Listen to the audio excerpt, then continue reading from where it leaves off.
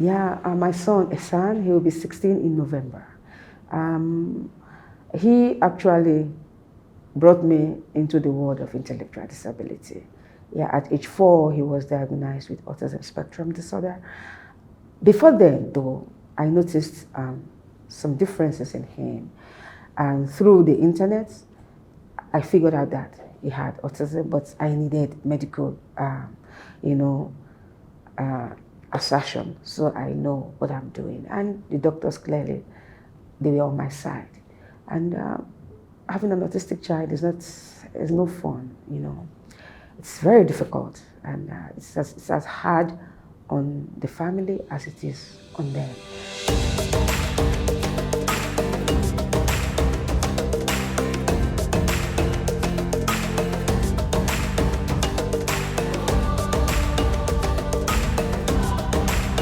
Because it's nonverbal, comes with extra responsibilities, because you have to do a lot of understanding, you have to do a lot of trying to interpret things correctly, and you have to be able to manage the frustration and outburst that comes from him not being understood.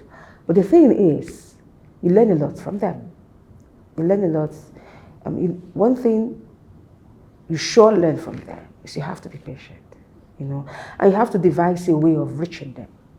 And you have to really build up on your empathy. If you never had it before, you have to have it. If you had it, you have to build on it.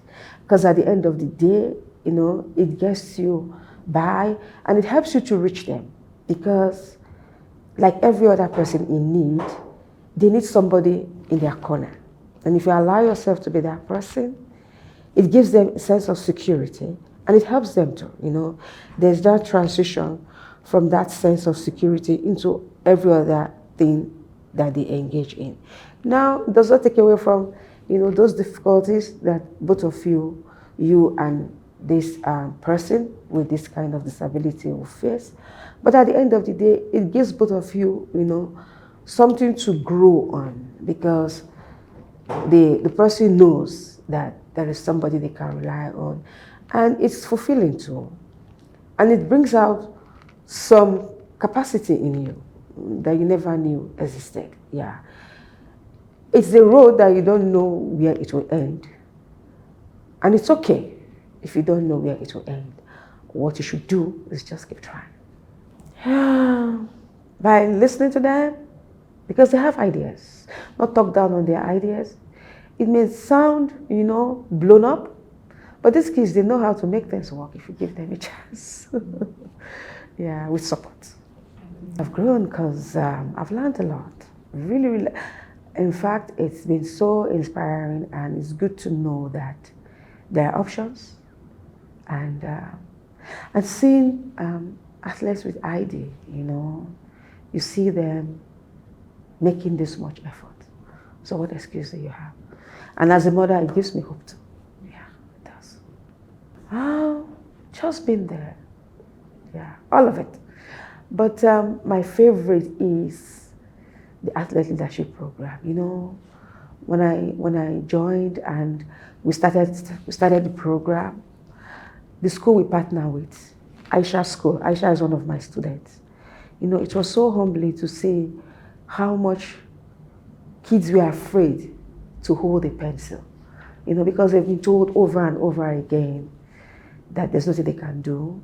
You know, then when they could hold a pencil, even if it meant us holding their hands to write with. And there's this boy, his name is Bashir. Bashir is also nonverbal. He's not autistic. I think he's slow, plus the combination of his nonverbal situation. But Bashir, he's so enthusiastic, and he's so selfless with his appreciation.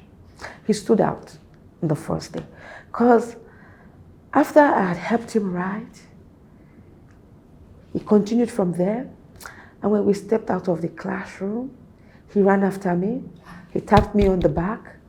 When I looked behind, he did this to me. He said he was very happy he wrote today. Then as I was driving out of the compound, he ran out and kept waving. You know, in a span of 2 weeks, I'm not exaggerating, he moved from me holding his hand to writing 1 to 30 himself.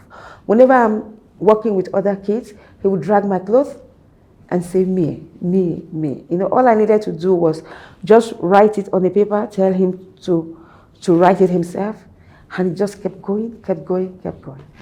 Bashiru really, really stood out. Yeah, he did. Every time you make effort to teach something to somebody, you learn something in return. At the very minimum, you come to know where that person is lacking in, and it allows you to go back to think about how to help them. And that process also empowers you, because the next time you do a better job, the next time you do a better job, the next time you do a better job. So, well, inclusion means that everybody is really, really, you know, given the chance, not just by words of mouth, but the infrastructures are put in place, the resources are there. Yes, it's not an easy task, but it's doable, I think, at every level, you know, the family level, the community level, because sometimes more harm is done within the home. Because when you're already destroyed within your family unit, what can society do? So if within the family structure, even with your ID status, you are given a chance to have a choice, you know, as small as having a choice to choose what you want to eat, or what you want to wear, or what shoes you want to wear, not because somebody does not have the strength, you know, or they don't have that time to prepare that thing. It has to be what they want you to do, you know, because over time, these little things becomes the way of life, and it builds up and it builds up, and you're forever silenced. So you just hand over that ability to choose to somebody else. So if we are all sane, regardless of our situation, of our, you know, differences in this discussion now, disabilities, especially as it relates to intellectual, you're seen as somebody who has the capacity, you know, to contribute at the minimum to yourself. And you are given that set of tools, you know, to build that skill. That to me is inclusion. Because not everybody will end up being a professor. But if you can help yourself, if you can be of value to yourself, and you get that support to be able to achieve that, because somebody believes you can do it, that's inclusion.